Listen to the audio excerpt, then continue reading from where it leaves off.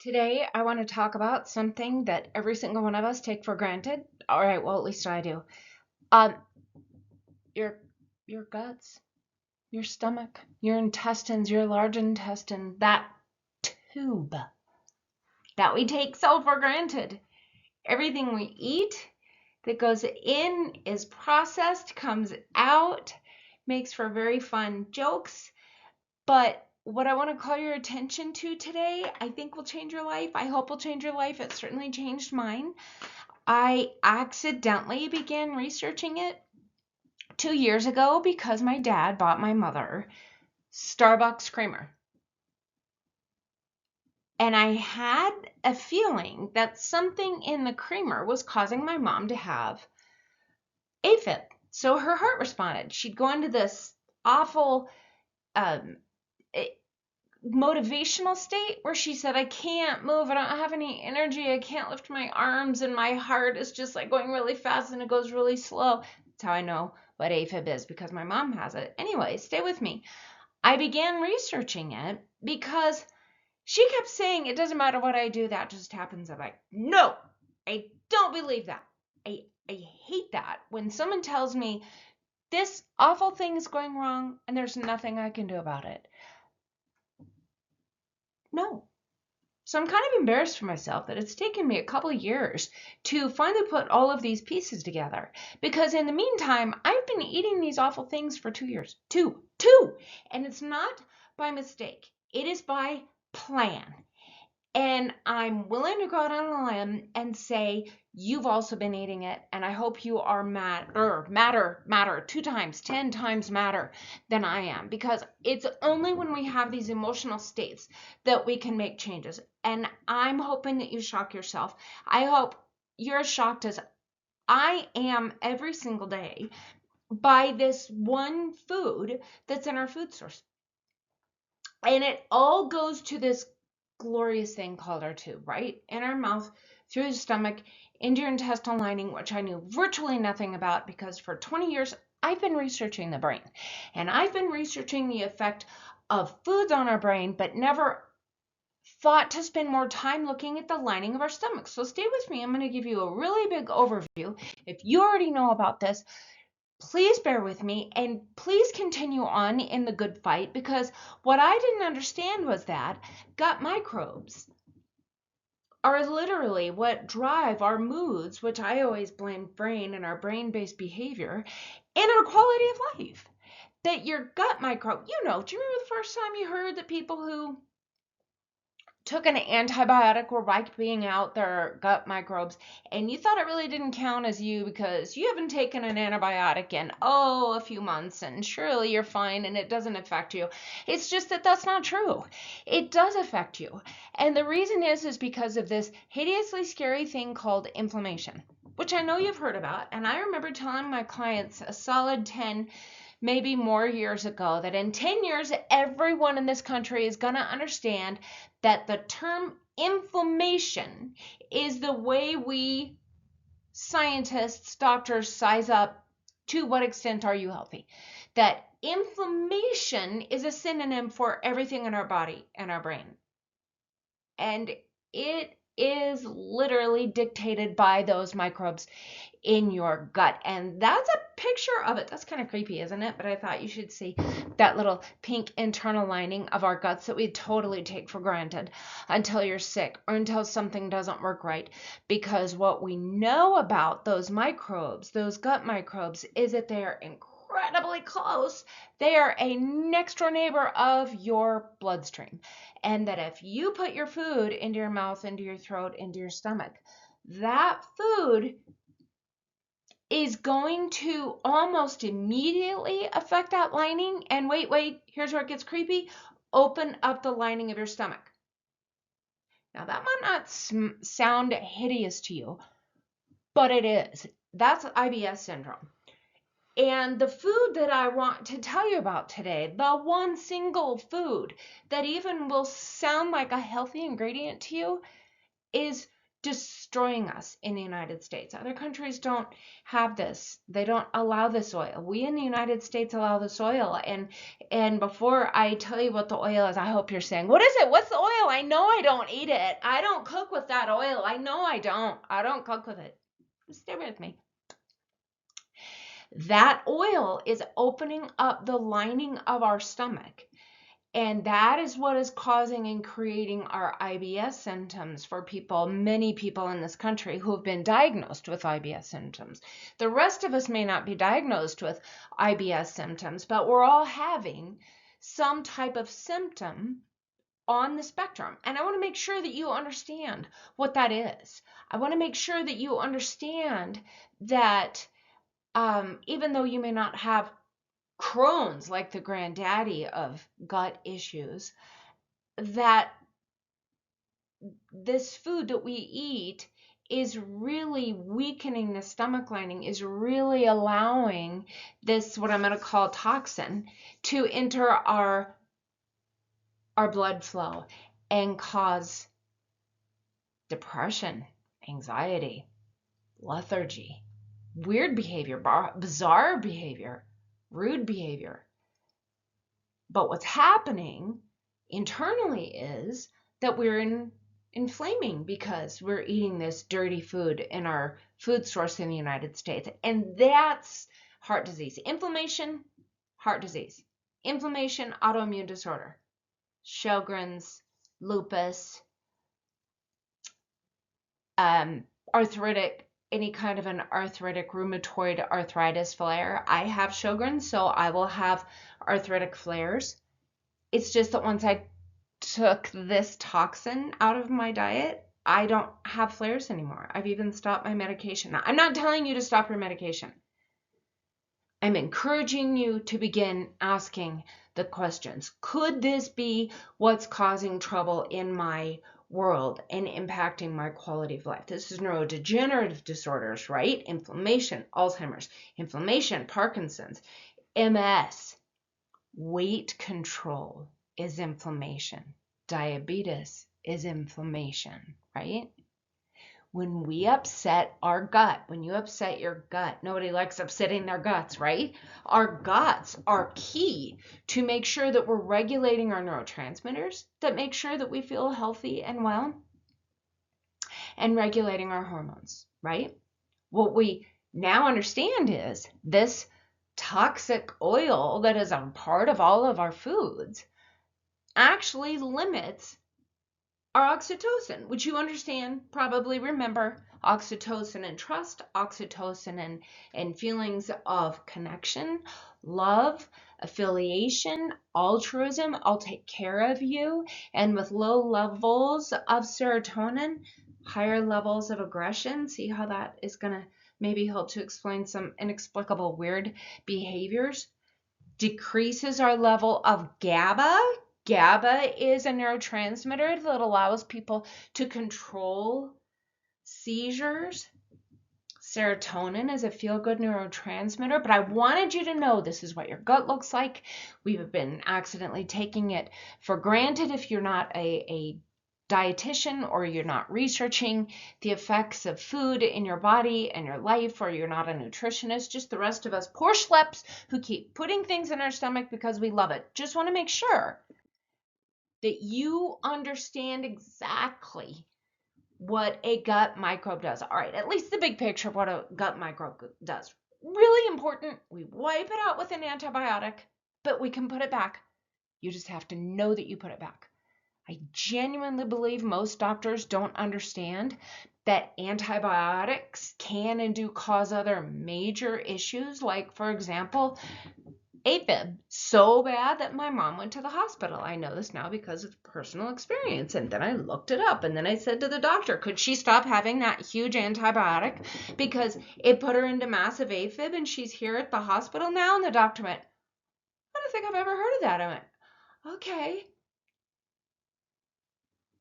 I have over 200 meta-analyses that explain that when you have an antibiotic, what it does is wipe out the really amazing diversity in your gut microbiome. By the way, diversity is outstanding. Even in our own Guts. And what if there's one food driving it? That's what I'm going to talk about today.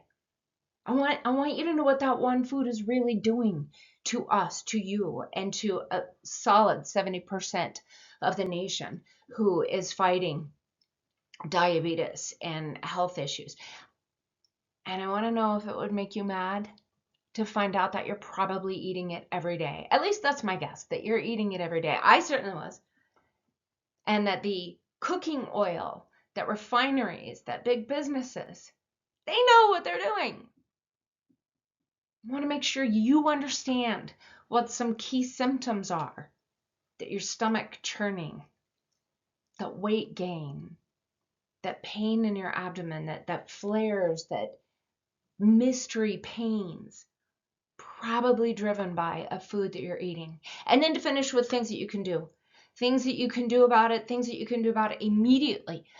The second you're done watching this quick explanation, that you can go and eat a protein, that you can go and get a probiotic, and I'll make sure that I end with that. But I also want to send you I just call it the daily behavior chart. You can take it and turn it into something fantastic.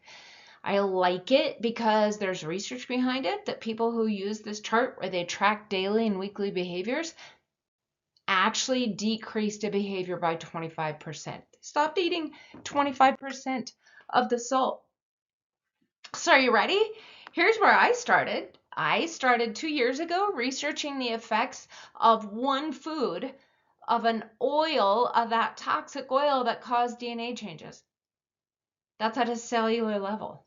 And it also did neural damage. University of California, Riverside has a team of scientists who've been researching this since 2017. And what they found in 2020 was the correlation between eating the toxic oil resulted in a higher rate of autism, depression, anxiety, IBS, colon cancer, Crohn's disease, neurodegenerative disorders like Alzheimer's, Parkinson's, MS. It caused weight gain. You already got that. I told you. By the way, did I also mention that when I stopped eating seed oils in December, I've lost 12 pounds? That's really important to me. You probably don't have 12 pounds to lose, but I did. And so can you imagine that my head about exploded when I saw that not only does it cause weight gain, but it prevents you from losing weight? It's like they're out to get us. It's like this oil is like a man-made destructive toxin meant to take apart all the things we care about, which it does. It's not that they probably designed it to take us apart, but nobody seems to care once we're here. It's driving type 2 diabetes and obesity and metabolic syndrome, and those are the things that all go down to one core issue, which is our immune system, and it's our guts, and it's that tube. It's your mouth, throat, intestine, large intestine. Are you kidding me? And the reason it's so incredibly powerful is because it is only a skosh away from our blood flow. That you eat it, you swallow it, and what if this thing you eat, drink, and swallow is fruits and vegetables? That's great. Fruits, vegetables, protein. But what if it's a Dorito? What if it's an energy drink? What if it's a Coke? What if it's a pop? What if it's orange juice? These things work and act so fast in our body. And the oil is going to allow salt and sugar to go even faster into our bloodstream and bring about the most bizarre behaviors and ailments that nobody seems to be able to figure out. Where did that come from? I don't know. How come we have that thing that hurts? I don't know.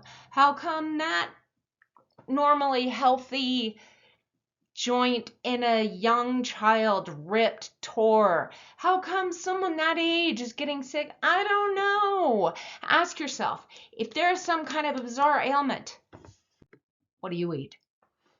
Because here it is. These are the oils of mass destruction. They all go under the umbrella heading of soybean oil. Originally, they were called cottonseed oil. They were the waste byproduct of oils that we used in the United States in the 1930s and sometimes earlier. We used it on, oh gosh, machinery. Over the years, we've renamed it. Over the years, we use it. And the reason it's so destructive is because it is processed and reprocessed at such high heat and with incredibly dangerous chemicals like hexagon or hexane at incredibly high heats that it's completely tearing apart the seed so they can get the oil out of it. And the reason that industry likes to use it is because of number one that I told you. It's a stimulant. Now you don't eat a serving of food. You want 3 servings of food. Now you want to eat until your stomach hurts. Take that oil out of your diet. Take that oil out of your food and watch what happens to your appetite. I was shocked. I couldn't believe it. I wasn't a voracious eater anymore. You know why else they love it? You know why large corporations really love this oil? Corporations like Nabisco, remind me, I'll come back to Nabisco in a second. They extend shelf life, which means you can make a peanut butter, put your oil in it, put it on the shelf for 3 to 6 years, and it's still good. When we get it to our house and we open it, we say, that's delicious. I love that peanut butter. And they're incredibly cheap to produce. So how could you go wrong, right? Nestle would love these oils because it's incredibly cheap. It lasts forever and ever and ever and ever and makes people eat more. Why didn't everybody want that drug? It makes you want to eat more because they are addictive. So soybean oil, do you love this list? Are you writing it down? Are you mad? I hope you've already left the presentation to go and see which things in your refrigerator have this stuff in it. Which things in your pantry? Because sadly, I'm the bearer of bad news and I have to be the one to tell you, probably 90% of everything in your home has this in it. Unless you're a nutritionist or a dietitian and you already know all this research and you're like, are you kidding me? But wait, here's an interesting tidbit. Last week I was looking at how people get their continuing education when they're a dietitian. And one of the things they get is continuing education, which is sponsored by corporations that use seed oils. And it begins by saying seed oils like soybean are really good for you because they're unsaturated. And everyone knows unsaturated fats are really good for you because saturated fats like meat, like tallow, like beef tallow, like butter, those are all really bad for you and bad for your heart. It's just that I am looking for that research, and that research really isn't established or substantiated that saturated fat really does what we've been told it does. But I'll tell you what does hold up under research, under my research, which by the way, I'm proud of, and I am happy to send you 1, 3, 5, 12. You let me know how many peer-reviewed journals you want to look at that all go through and share what happens in your brain and your body on soybean oil, corn, cottonseed, grapeseed oil. I loved grapeseed oil, sesame oil. Look how cheerful some of these oils. Doesn't sunflower oil sound so healthy for you? And safflower oil or peanut or palm. It doesn't, and they're not. Also notice there'll be emulsifiers. That's the stuff that makes sure that your foods are shaken up. And in exchange, all we have to have is, IBS, diabetes, heart disease, neurological disorders, pain, joint pain, cancers. Forget about it, but you don't have to mix up your oil. Wait, I'm going to show you. You'll love this. I'll be right back. Don't move. Getting it.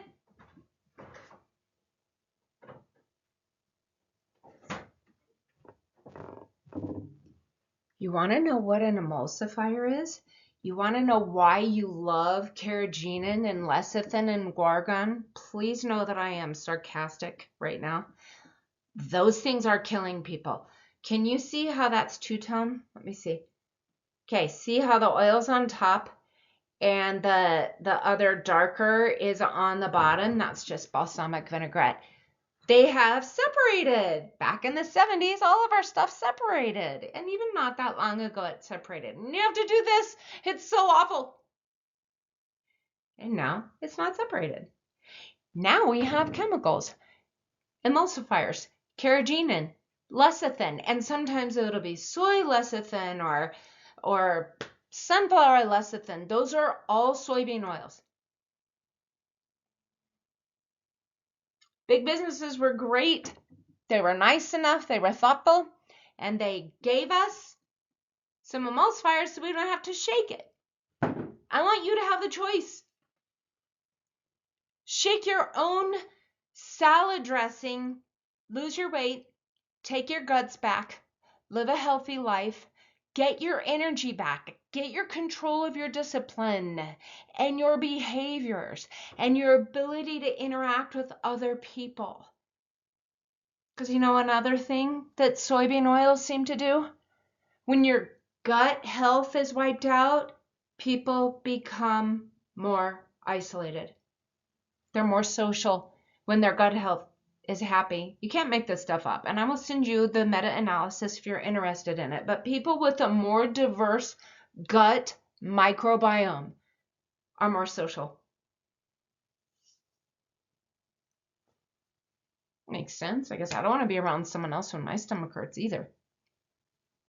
So how to make this oil even more devastating? Add salt or add sugar. That makes it even worse. But I'm sure you guys aren't eating it, right? I hope you're not. There's virtually not a creamer with the exception of Shibani. That's why I put that picture in there. If you use a creamer, you've got to look at your ingredients. They've got high oleic oil in it. Shibani doesn't. Oat does. All the other chemical products all have that product in it. I do table cream. It doesn't have anything added to it. So let's just see. Do you use a creamer? Hopefully not.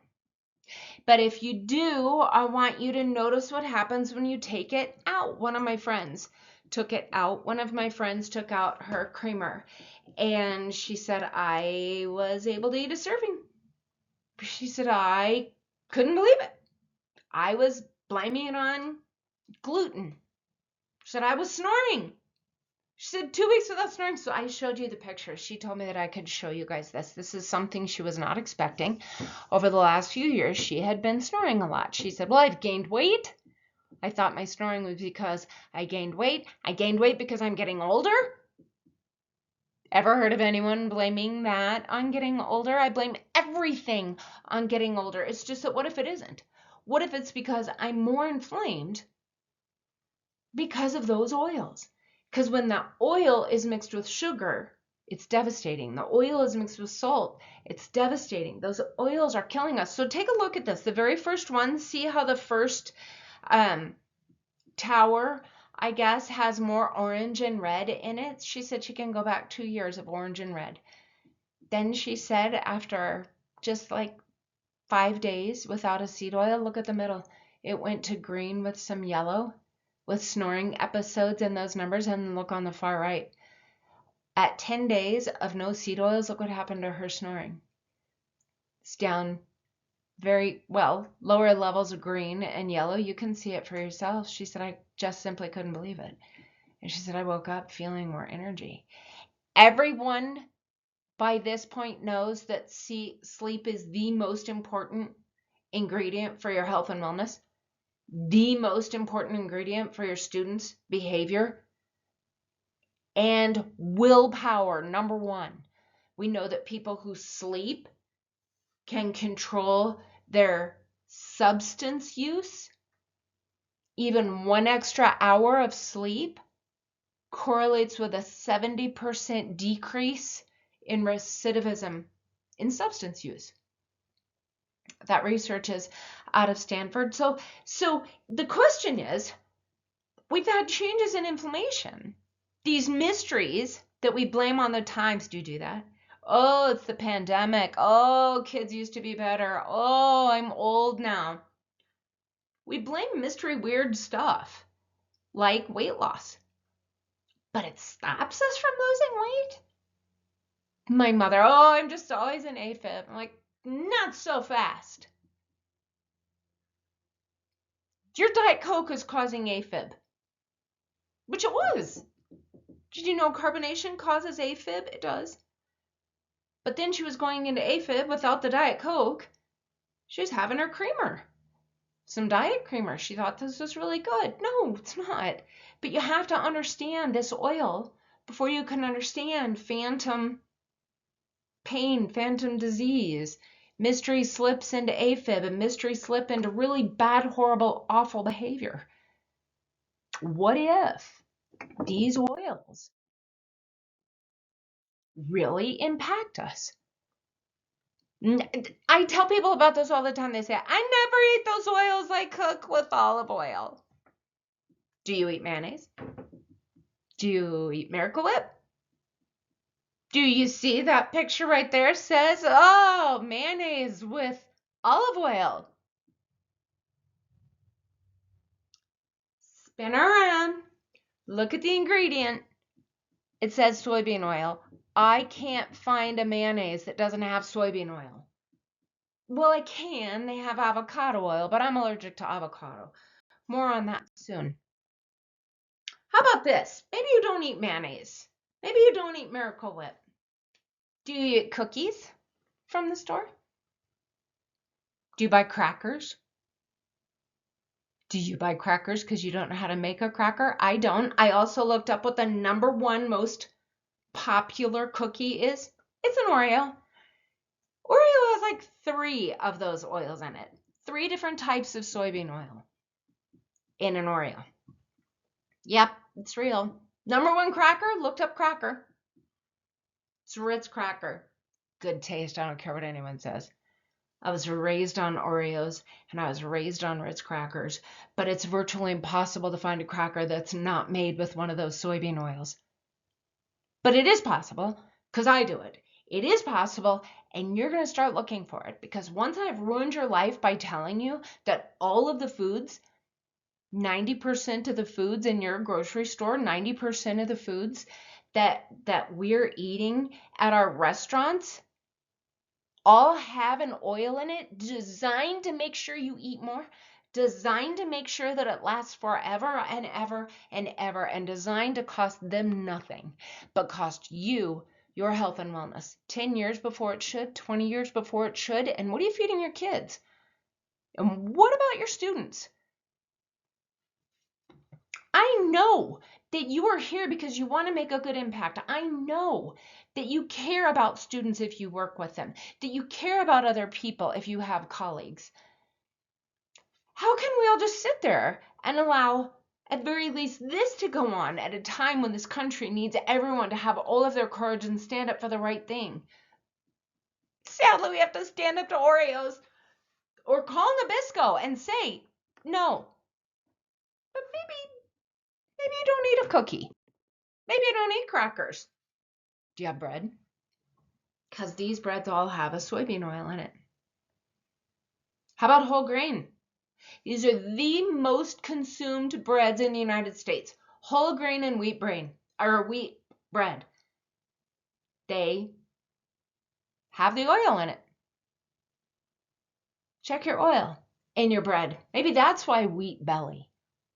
Actually, the real reason that bread makes our body go nuts is because the wheat in it spikes our blood sugar. So you have to have as much fiber as carbohydrate so that you don't have all of that glucose, right? Because it's a high glycemic item. I'll finish with a bread that has a lot of wheat in it. It's delicious. I hope you like it. But in the meantime, get back here. You're probably in there looking at all the bread in your house. Maybe you're like, I don't eat bread. I'm really healthy. I eat nuts though. Check it out. Do you know how many manufacturers put oil all over it to make sure that it lasts forever? And it's salted so that you eat it until you want to throw up. And it doesn't take long before that gut microbe loses its diversity opens up and leaves holes in your intestines so that it goes into your bloodstream and changes your behavior and causes things that you're going to hate. Take a look at it if you have oils. You want to look for a bag of nuts if you eat and use nuts like I do. Make sure the only ingredient is nuts, not an oil and not salt. These are the foods. These are the foods that our country allows industry to add. That toxic oil, creamers, dips, ice cream. You gotta read your labels. Salad dressing, just so you know, I've begun making my own salad dressings. I can make my salad dressing in a nanosecond. You can do it with 2 ingredients. You can do it with 3, right? Olive oil. You can do balsamic. You can throw in some mustard. It's delicious. Put in some garlic seasoning. Not salt. I don't use salt. I don't season with salt. Granola has the seed oil in it. Cereals. Check your nuts. Check your peanut butter. What you're looking for in peanut butter is peanut butter. That's it. It's considered the #1 healthiest perfect snack for your dog, but only if it doesn't have the oil.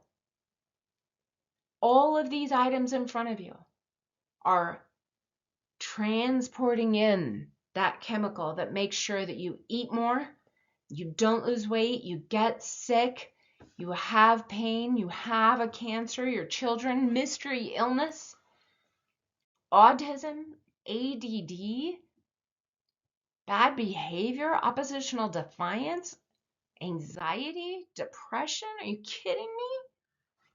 These do not. Of course, because I'm a teacher, your ABCs. A is for avocado, which I can't do because I'm allergic to avocado, but you can. There are a lot of mayonnaise that comes with avocado oil, butter, and coconut oil. I buy my butter without salt now that I know how devastating salt is for us. Coconut oil, even though it's a saturated fat, it doesn't correlate with heart disease. Neither did butter. And I will send you, I will let you look for yourself. I am not a doctor, I'm a researcher, and I have good research. And olive oil. Just understanding that olive oil can have other oils in it. These are the oils that you can eat, that your body can process, that doesn't wipe out the diversity in your gut. Sorry. Beware of olive oils. Beware of your allergies, of course. When you put that oil with sugar, bad news. I guess I didn't understand until just recently when I did my work that sugar correlates with depression. Why would that shock me? That the more sugar we eat, the greater our chance of actually suicidation, which makes my stomach just want to throw up. I began doing this research 6 years ago when my nephew died by suicide. Of course, he did a lot of sugar. I don't know who doesn't do a lot of sugar. I do a lot of sugar. This is the one that really truly shocked me, that with a high sugar level, which is considered over 36 grams for a male, males can't handle the same amount of sugar. It seems to be incredibly devastating for a male. Longitudinal study over 33 years, significantly higher chance of depression. Do you know what one energy drink does to your brain and your body and your intestines? It sets us up for a heart attack no matter what age you are, aortic dissection, intestinal dissection, which by the way means exactly what you think it means. It means that your intestine blows a gasket. Psh! If you're interested in energy drink and what it does to you, go to my website, kimbevel.com, go to resources, go to the checklists. They're very popular. I put a checklist in about what energy drinks do to your body, your brain and your body. It's a shocker. Sugar causes inflammation, sugar causes problems, and that takes us right back to the core of inflammatory bowel, takes us right back to key issues with the human brain and the human body and health and wellness. Inflammation is your key term for all things go wrong if you are inflamed. Problem is, the average adult in the United States drinks 3 times the amount of sugar we should.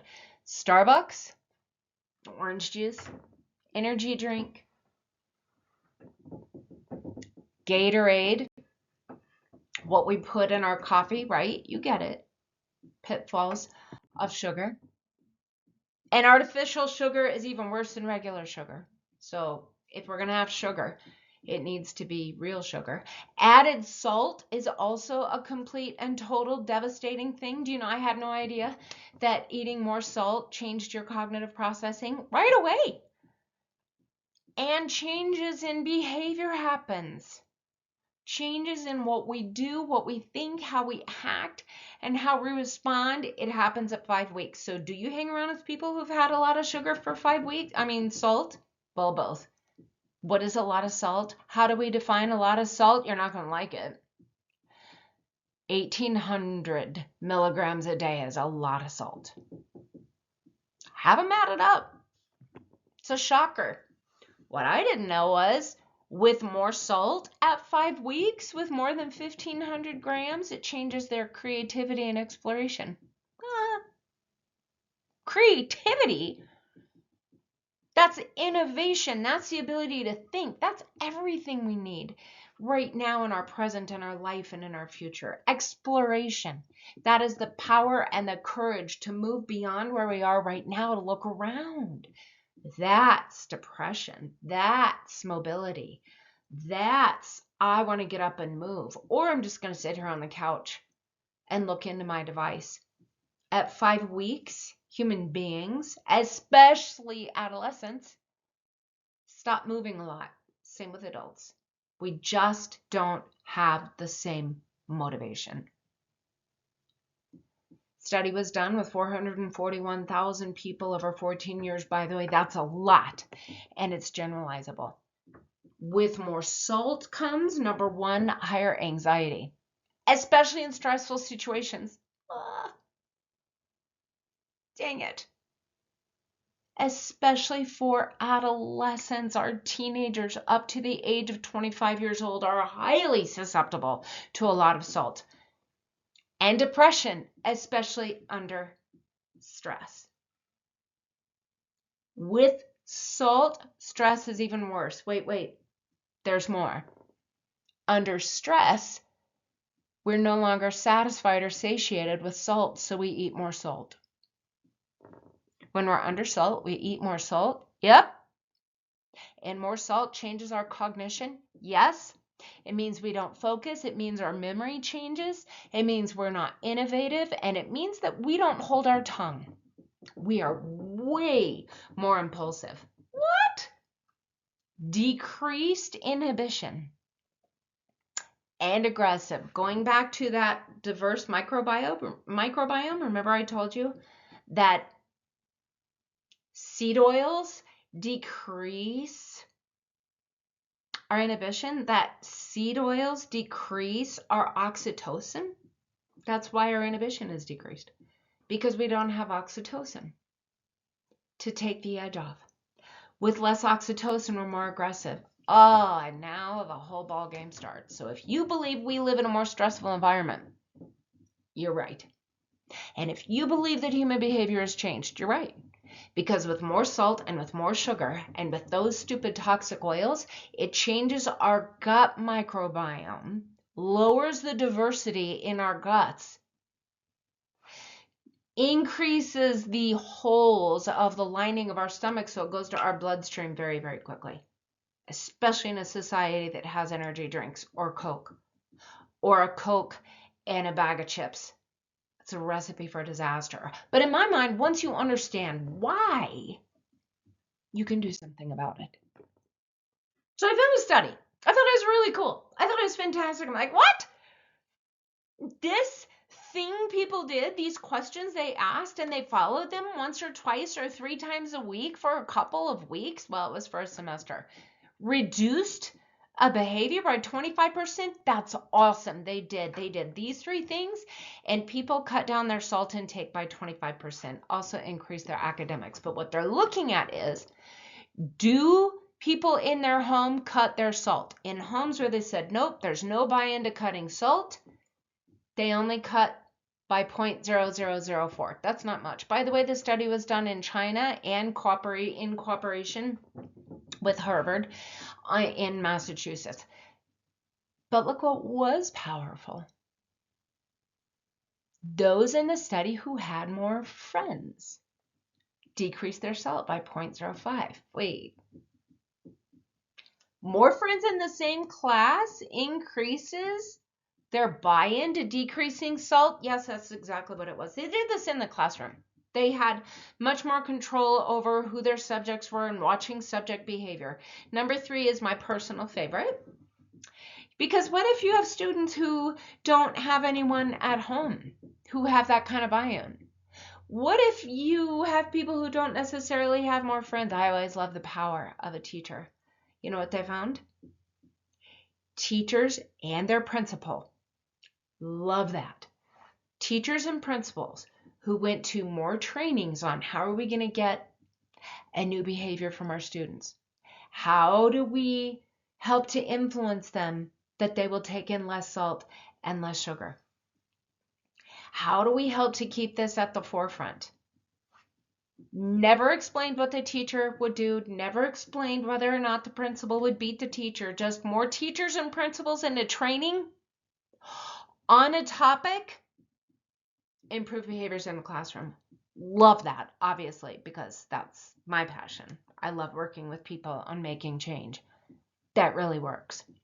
Teachers and principals who did more training sessions on the topic of how we're going to improve health, how we're going to change their behavior. They were looking at cutting salt. The more they talked about it, the more they shared it. They listed it. They tracked the behavior. How many times a week do we do this? Some set up contests. What if you set up a goal? Always talking about the healthy thing we're looking to create. A strategy, right? Ask them questions. Let's do a poll. Keeping our focus every day on what we think is really good for us. Help to decrease their behavior by 25%. So I created this for you. If you want it, you can download this or you can email me for it. This is a daily chart. This is only part of it. I only gave you the first 3. I also wanted to know how they knew if somebody had a friend or not. So that's actually in the, I gave you, 4, 5, 6 is on definition of a friend. Definition of, does this person have a friend in class or not? Because remember, if they do, they had a 0.05 change, dropped eating salt by 25%. Good God. So people are smarter because they don't eat salt? Yeah, they are. So here are the questions. You can tell by looking, this is what the study was. They asked the subjects, there were more than 5,000 subjects. They said, how often do you eat a high salty snack? 3 was a lot, 2 was 1 to 2 times a week, 1 was almost never. That's what those questions are. They only asked 3. How often do you eat salt? 3 to 1. How often do you eat salty pickles? 3 to 1. Does your family act on salt reduction? 3 to 1.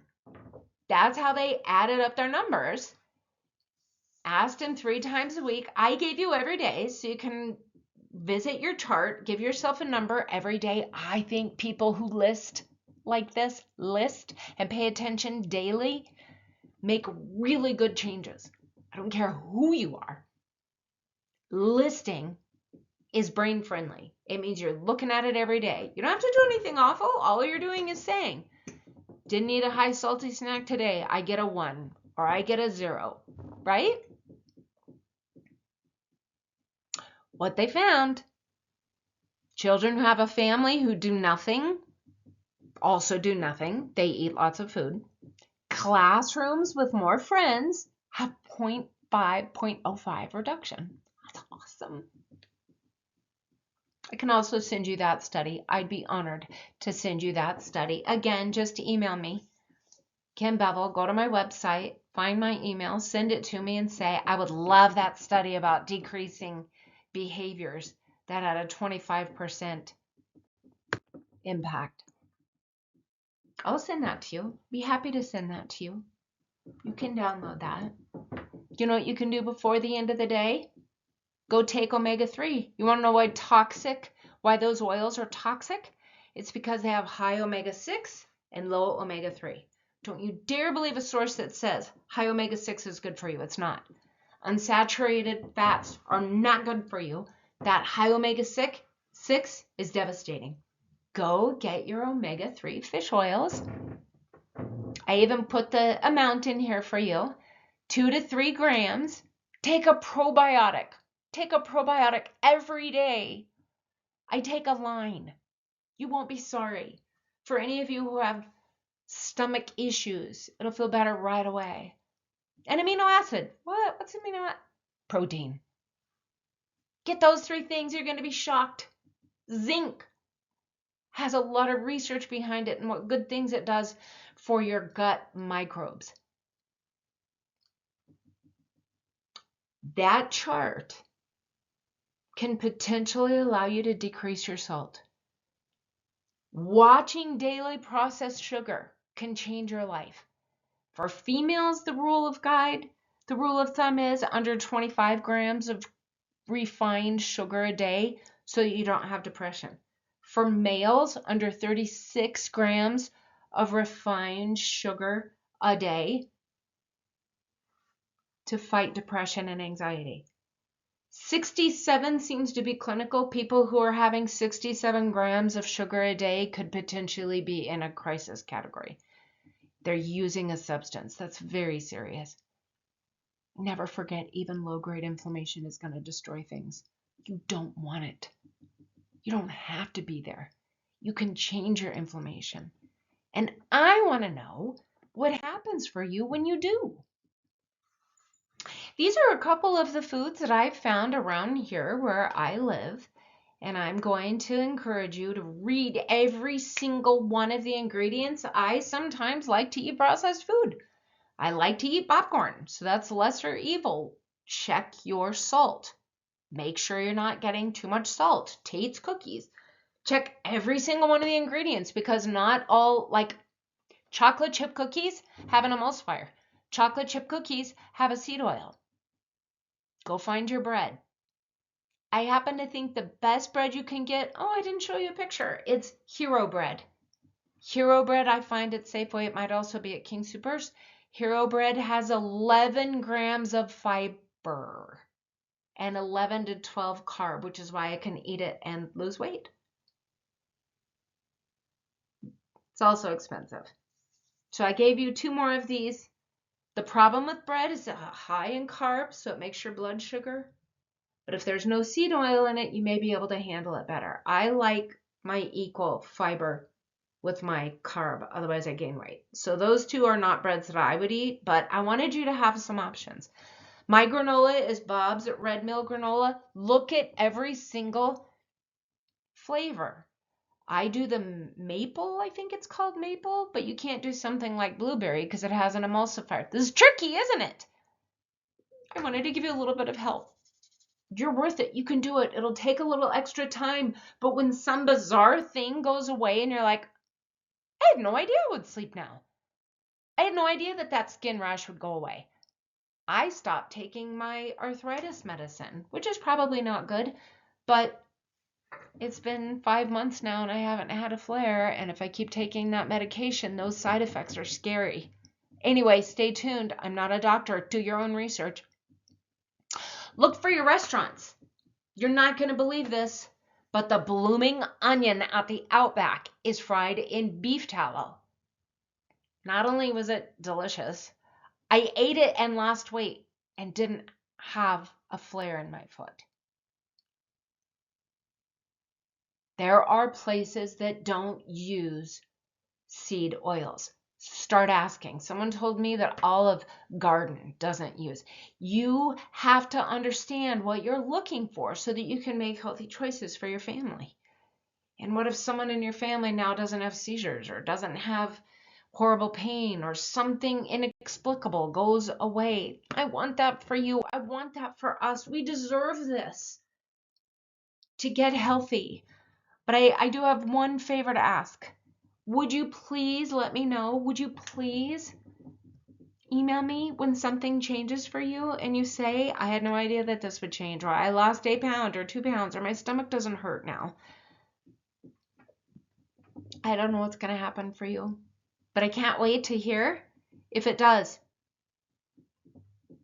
Hunt me down. Let me know. Hope you liked. We'll call this my webinar. Hope you liked it. Glad that you were here and tuned in and listened. Thank you. Good luck.